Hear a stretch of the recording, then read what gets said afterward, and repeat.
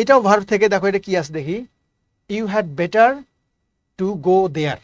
এখন এই দেখো যে এটা 17তম সেগুলো পরীক্ষা আসছে, তাহলে টু গো দেয়ার এই কথাটা কি হবে? তাহলে এখানে দেখো যে had better, gone, went, go, will go, এগুলো সবই দেওয়া আছে। শুধু মনে রাখবা যে এই যে হ্যাড বেটার আছে, এগুলো খেয়াল করবা যে হ্যাড বেটার বা হ্যাড সুনার বা হ্যাড রেদার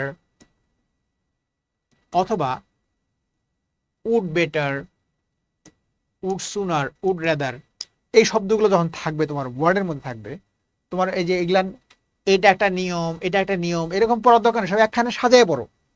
একখানে ফেলে দিয়ে কি করবা যে had better, had sooner, had rather, would better, would sooner, would rather, এদের পরে ভার্বে কি বসবে? সবসময় ভার্বের বেস ফর্ম বসবে। বেস ফর্ম, উইল টুইল কোনো কিছু যুক্ত হবে না, শুধু ভার্বের বেস ফর্ম থাকবে। তাহলে দেখো যে এখানে হ্যাড বেটার গন আছে, যে গন থাকাতে এটা ফেলে দাও। এখানে আছে হ্যাড বেটার ওয়েন্ট আছে, এটা ভি2, এটা ফেলে দাও। এইটা হ্যাড বেটার, এই যে দেখো এটা গো আছে, তার মানে এটা হইতে পারে আনসার। আর এটা হ্যাড বেটার উইল গো, এই যে উইল আছে, এই জন্য হবে না। তাহলে 100% আনসার হচ্ছে সি। তাহলে আমরা কি বললাম এখান থেকে? যে হ্যাড বেটার বা would better, had sooner, had rather বা উড সুনার, উড রেদার, এগুলো যাই থাকুক, এদের পর ভার্বের শুধু বেস ফর্মটা হবে।